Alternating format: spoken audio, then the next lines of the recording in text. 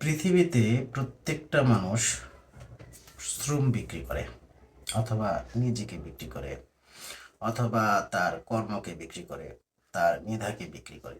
কিন্তু একটি জিনিস বিক্রি করে না, সেটি মানুষকে বিনামূল্যে দেয়।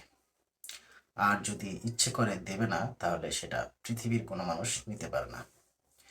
সেটার নাম হচ্ছে মন। এই মনটা কখনো কোনো পরিশ্রমের কারণে বিক্রি হয় না, কিংবা কোনো কাউকে এটা কেনার সামর্থ্য রাখে না কোনো মানুষ। আর এটা মানুষ ইচ্ছাকৃতভাবে দেয়।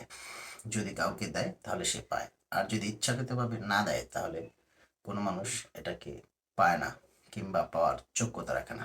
অতএব সমগ্র বিক্রির ঊর্ধ্বে হচ্ছে এই মনটা। কেউ এটাকে